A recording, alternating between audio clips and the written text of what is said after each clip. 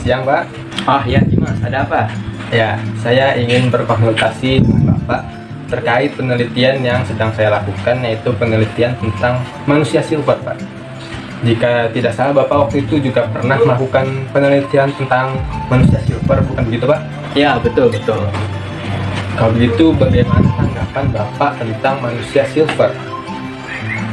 Alasan utamanya tentu karena tuntutan ekonomi ya pastinya.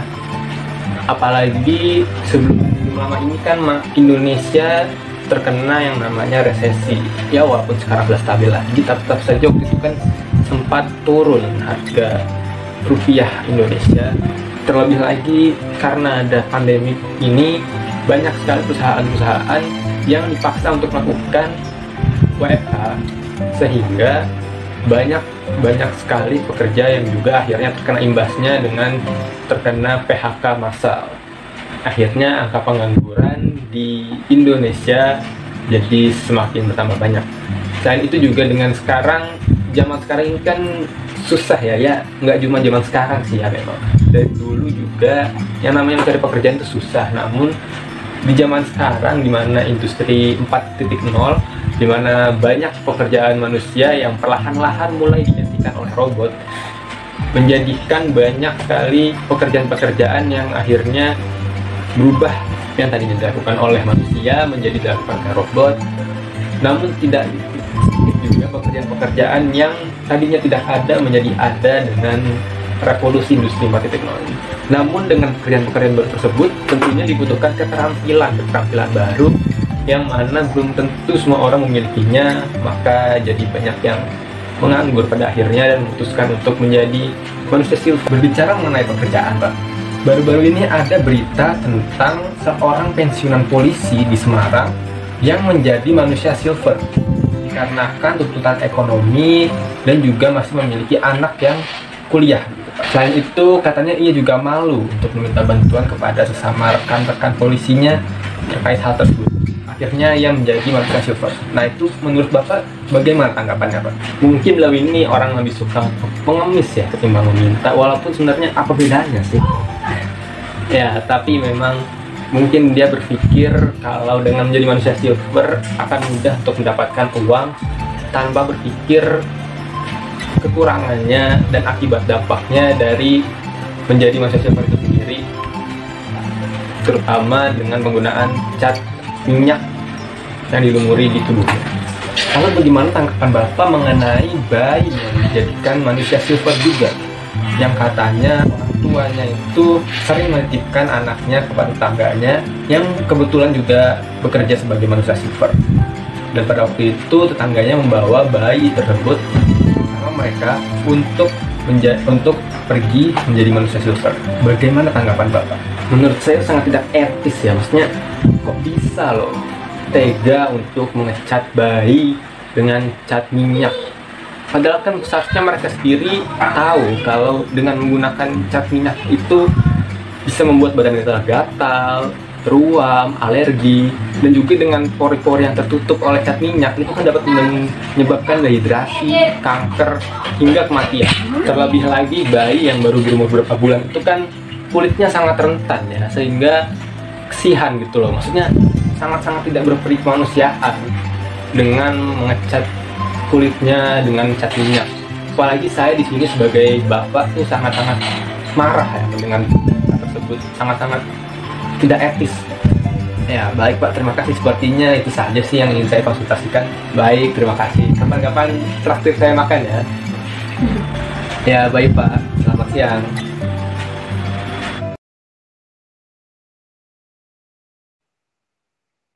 Selamat pagi Ibu, perkenalkan nama saya Safitri Fajriani, saya dari mahasiswa Universitas Negeri Semarang, Fakultas Ilmu Pendidikan, jurusan Psikologi.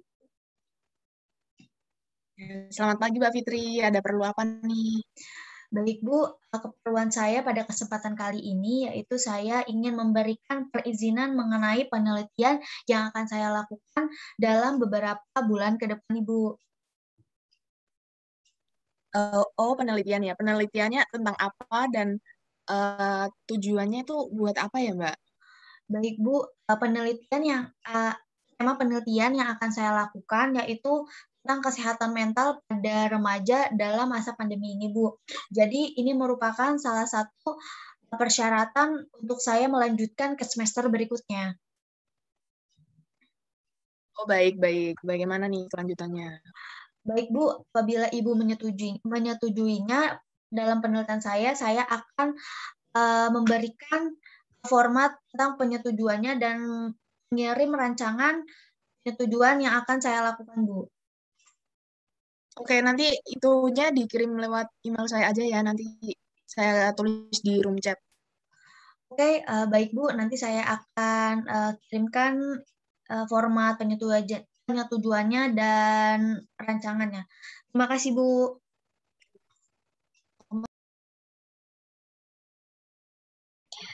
Perkenalkan, nama saya Sinta Estivala dengan NIM 1511421146 dari Rombel 3. Saya berperan sebagai seorang psikolog. Perkenalkan, nama saya Riana Nurfaira dengan NIM 1511421148 dari Rombel 3. Di sini saya berperan sebagai mahasiswa baru. Sebelumnya saya akan membacakan pengantar dari adegan yang akan kami perankan.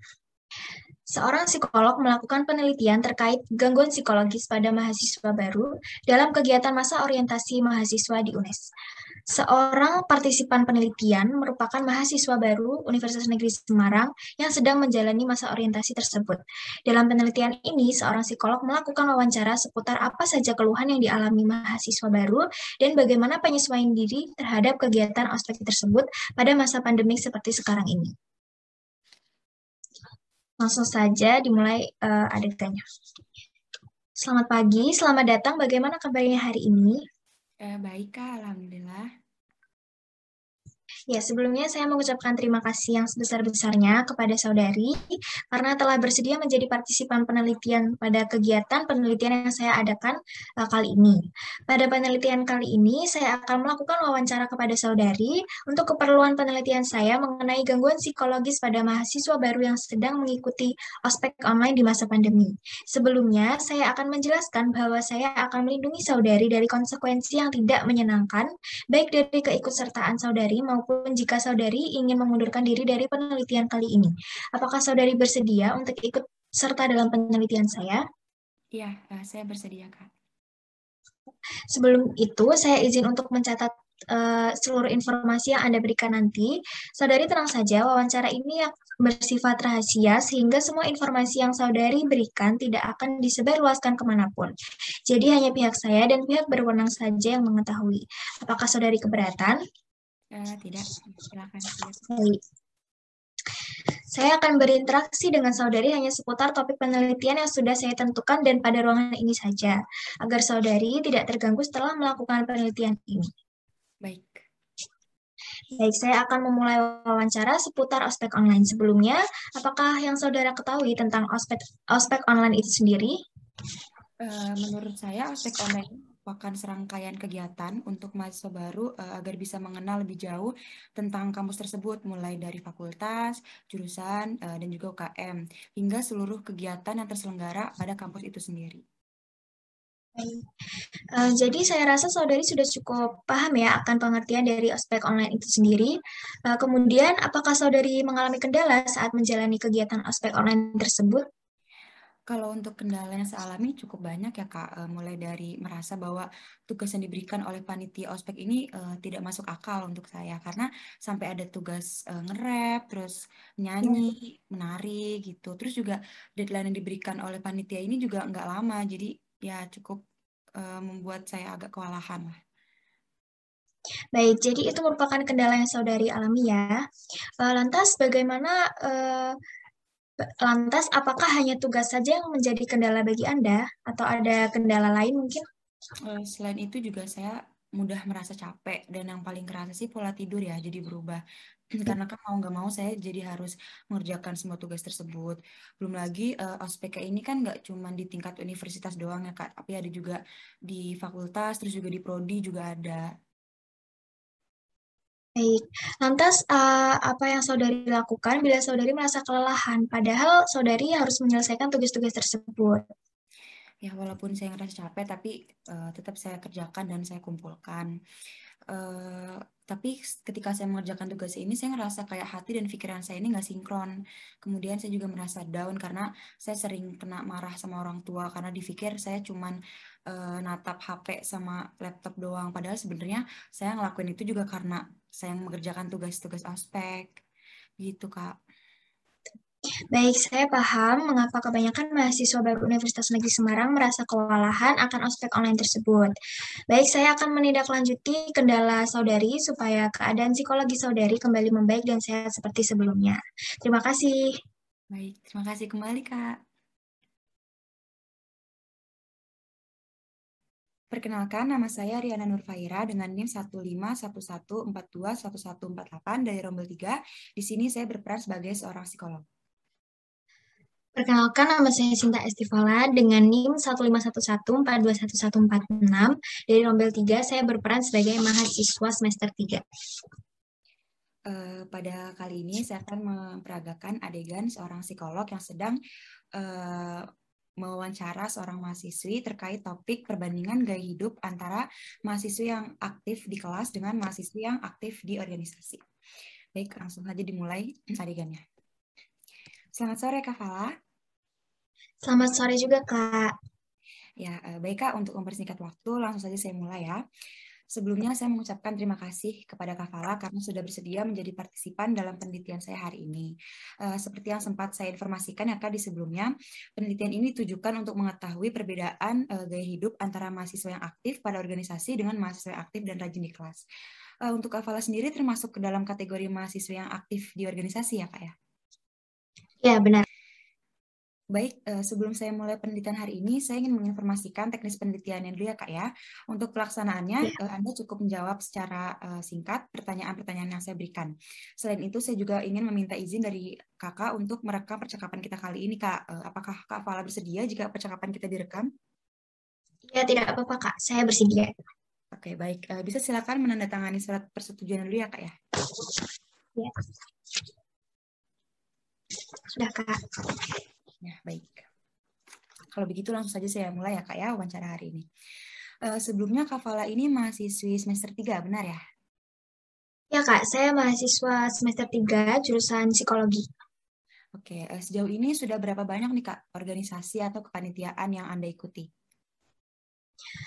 Untuk sekarang ini saya masih tergabung dalam 2 organisasi tingkat fakultas, 1 organisasi tingkat universitas, dan 1 kepanitiaan tingkat jurusan. Sebelum ini saya juga mengikuti 2 kepanitiaan lainnya.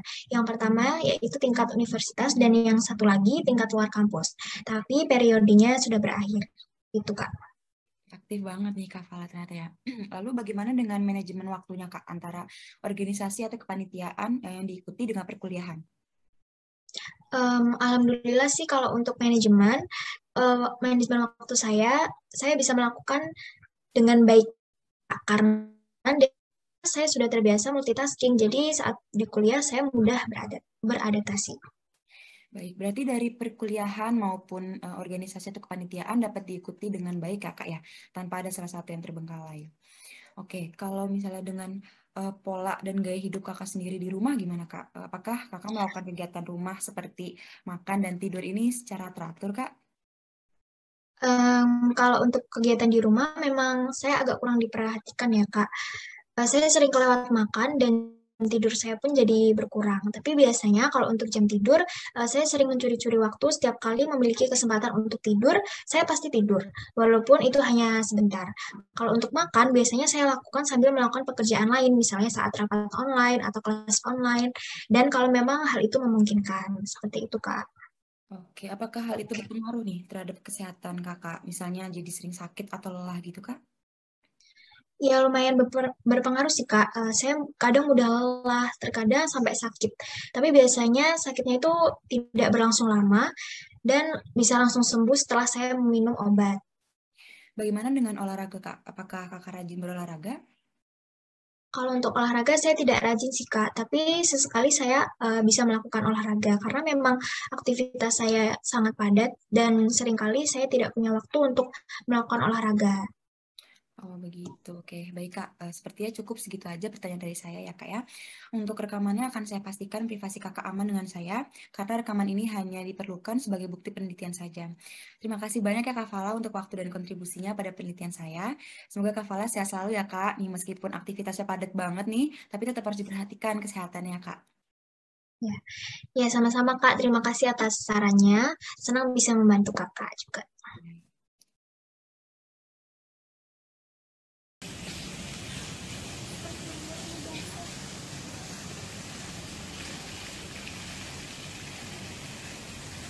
Ini bukannya si Anu ya?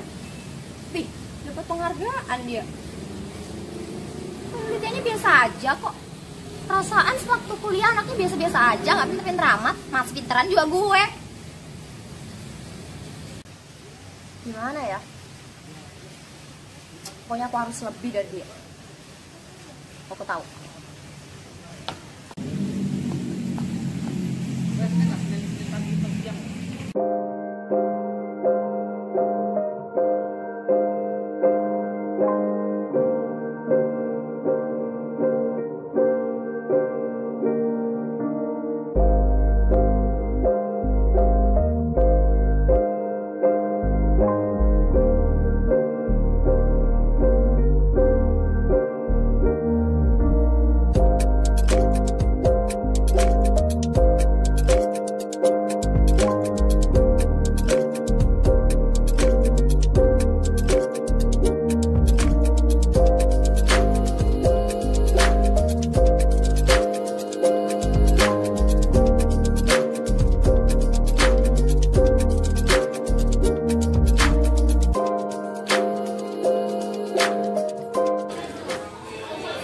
Nah, tau nggak?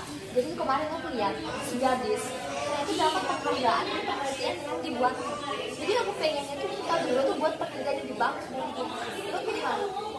Menurutku boleh aja sih. Tapi penelitian apa yang kita buat? Nah, jadi aku udah mikirin konsep penelitiannya tuh kayak gini.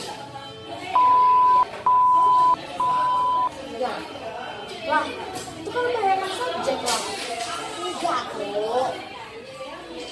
Ntar dulu, emang suami kita mau siapa? Itu bias. Aduh lah, kayaknya aku gak bisa dengan penelitian ini. Ayolah, soalnya penelitian ini pasti juga membahayakan subjek. Jadi, aku ikut dalam. Aku dulu ya, bisa suci banget sih, ayolah, dalam.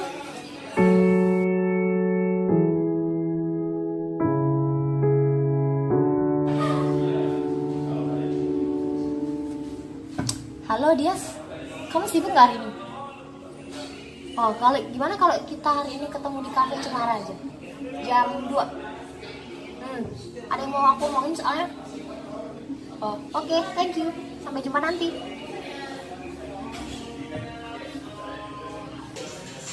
Nah, jadi gini Yas, aku tuh mau buat sebuah penelitian. Jadi aku pengen minta tolong ke kamu buat jadi subjek penelitiannya aku. Minggu depan, kalau bisa kamu datang aja ke biro. Oh, minggu depan bisa sih, aku. Oke, aku dulu.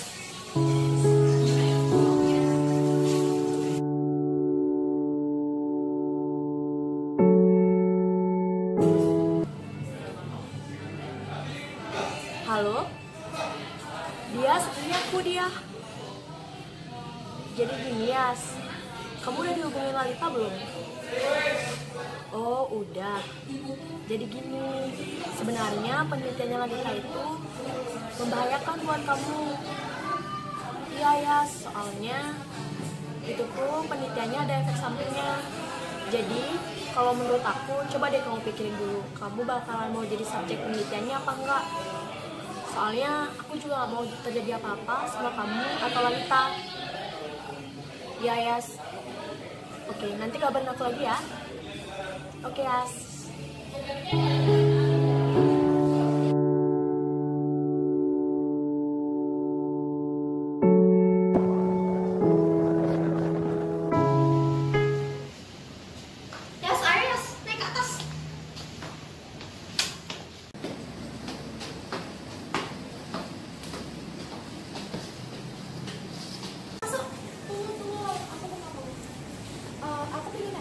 Sebenarnya penelitian ini tuh ada efek sampingnya nggak sih buat aku?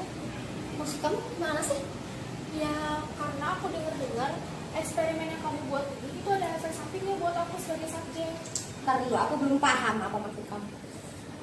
Gini deh sekarang, coba kamu jelasin ke aku gimana jalannya eksperimen nanti. Ya kayak kamu jadi subjek biasa aja, eksperimennya biasa aja kok. Enggak, maksudnya yang lebih detail, aku bakal diapain aja, atau kayak ya detailnya. Tuh, kamu gak bisa kan dijelasin ke aku, berarti benar itu ada efek sampingnya buat aku. Yaudah lah, Oh, nggak gitu loh. Enggak, aku udah males banget soalnya kamu gak jujur sama aku, terus aku sebagai subjek, aku juga takut dong karena aku diapa-apain di dalam. Udah, aku gak mau. Stop. Nah, tunggu dulu. Tunggu ya, aku mau jelasin dulu. Yes.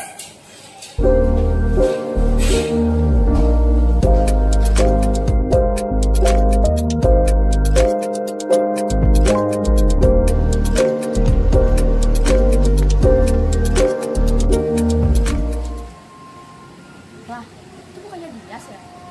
Ya apa ya?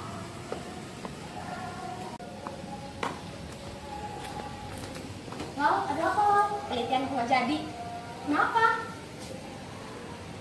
Lau, tapi apa sebenarnya aku ngomong sama dia. Hah?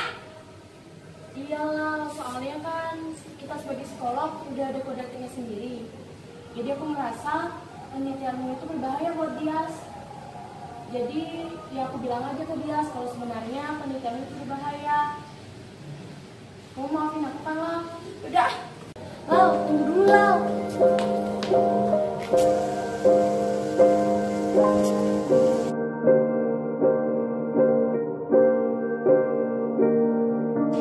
Benar juga ya apa kata dia. Apa yang aku lakuin ternyata salah.